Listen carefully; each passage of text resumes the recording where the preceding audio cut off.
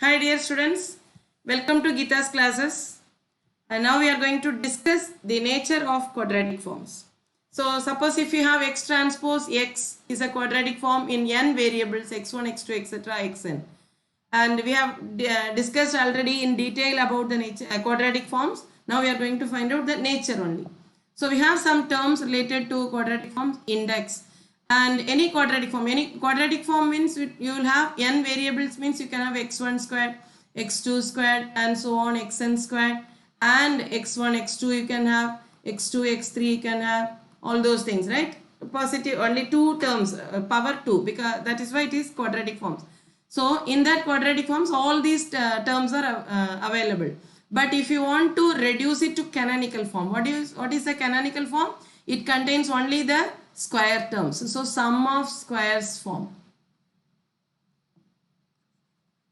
You can reduce any quadratic form to the canonical form or sum of squares form.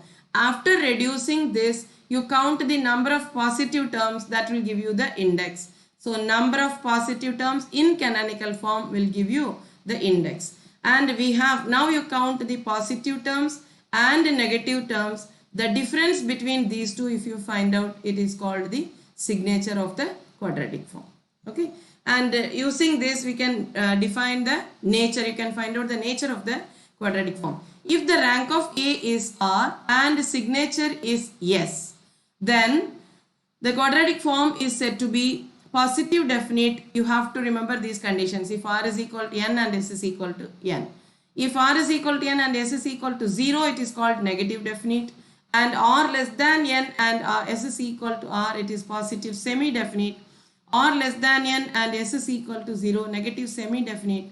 And if it is not coming under any of these four conditions, then it is called indefinite. All the other cases it is indefinite. If you find it difficult to remember these conditions, you can find out using the eigenvalues also. Anyway, for finding this in the for a given matrix, definitely you will find out eigenvalues, right?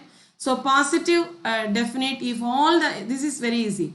If all the eigenvalues are strictly greater than 0, all the values are positive only, then it is positive definite. From the name itself you can. But remember, equal to 0 is not allowed. Okay. Similarly, strictly less than 0, then negative definite. From the name itself you can remember. But remember, not equal to 0. Okay. You are not supposed to have equal to 0. Equal to 0 means we have another condition. So if all are positive, all the values are positive, and at least one value is 0, then it is positive semi-definite. And less than or equal to 0 and at least one eigenvalue is 0, then it is negative semi-definite. And if you have some of the eigenvalues are positive and the others are negative, that is mixing of both, if you have, then it is called the indefinite quadratic form. Okay. So let us see some examples. Identify the nature of the following quadratic forms. So x1 squared plus 4x2 squared plus x3 squared minus 4x1 x2 plus 2x1 x3 minus 4x2 x3. What is the matrix of this quadratic form? 1, minus 2, 1, and minus 2, 4, and minus 2, 1, minus 2, 1. So if you find out the eigenvalues, how will you find out? Determinant of A minus lambda I is equal to 0. So if you solve this equation, you will get a third degree equation because the matrix is of order 3. So you will get a third degree equation in lambda. And if you solve for lambda, you will get 3 values. Lambda is equal to 0, 0, 6. Can you tell me what is that? By seeing this itself, you can find out immediately. You can say you have the values are positive and at least 1, 0. Therefore, the given quadratic form is positive definite, right? Positive semi-definite. If all are greater than 0, then only positive definite. Positive semi-definite, right? So let us see one more example.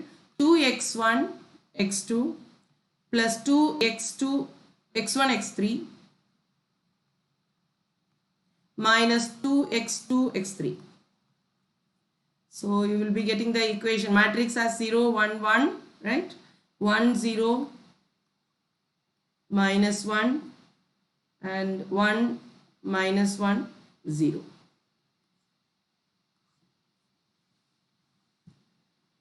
So if you find out the lambda values, determinant of a minus lambda, eigenvalues of this matrix is determinant of a minus lambda is equal to 0. If you solve, you will be getting lambda is equal to 1 comma 1 comma minus 2.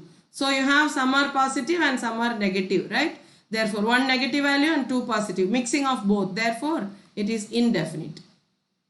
The given quadratic form is indefinite. Okay. One more question. Reduce the matrix A is equal to 6 minus 2 2 and minus 2 3 minus 1 2 minus 1 3.